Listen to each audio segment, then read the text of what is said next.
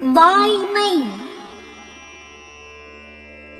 வாய்மை எனப்படுவது யாது எனின், யாது ஒன்றும் தீமை இல்லாத சொல்லல்.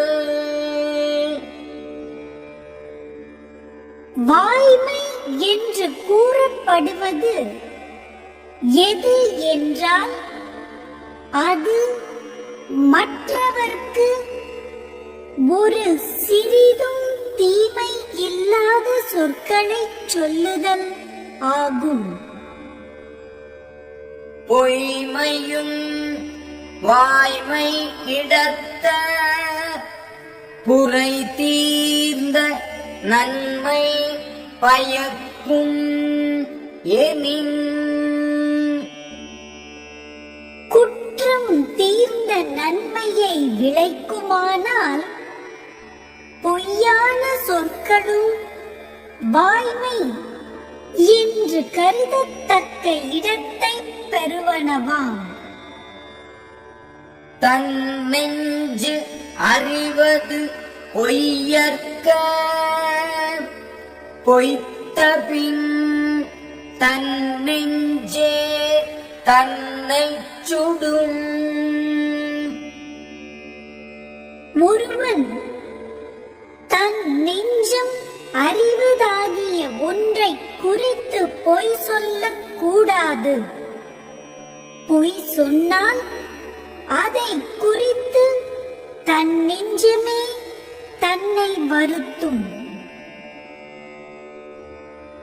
உள்ளத்தால் பொய்யாது ஒழுகின், உலகத்தார் உள்ளத்துள் எல்லாம் உளன்.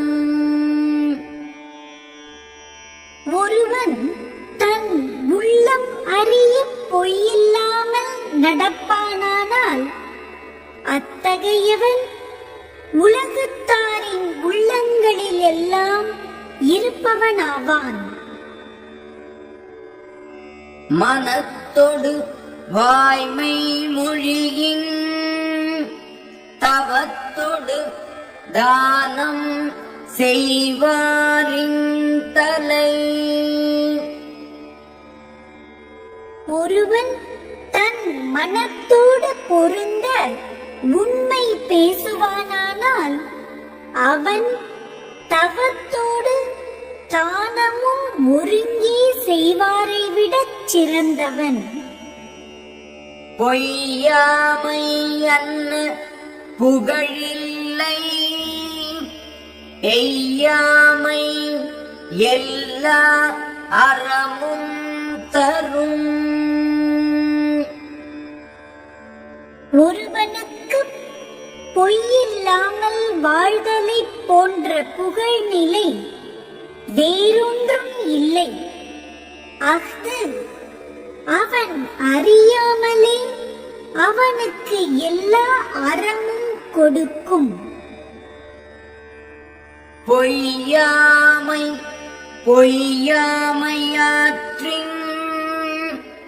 அறம் பிற செய்யாமை செய்யாமை நன்று. பொய்யாமை ஆகிய அறத்தை உண்மையாகவே போற்றி வாழ முடிந்தால் மற்ற அறங்களை செய்தலும் நல்லது ஆகும். புறம் தூய்மை நீரான் அமையும், அகம் தூய்மை வாய்மையான் காணப்படும். புறத்தே தூய்மையாக விளங்குதல் நீரினால் ஏற்படும். அதுபோல அகத்தே தூய்மையாக விளங்குதல் வாய்மையால் உண்டாகும். எல்லா விளக்கும் விளக்கு அல்ல, சான்றோர்க்கு பொய்யா விளக்கே விளக்கு. புறத்தில் உள்ள இருளை நீக்கும் விளக்குகள் எல்லாம் விளக்குகள் அல்ல.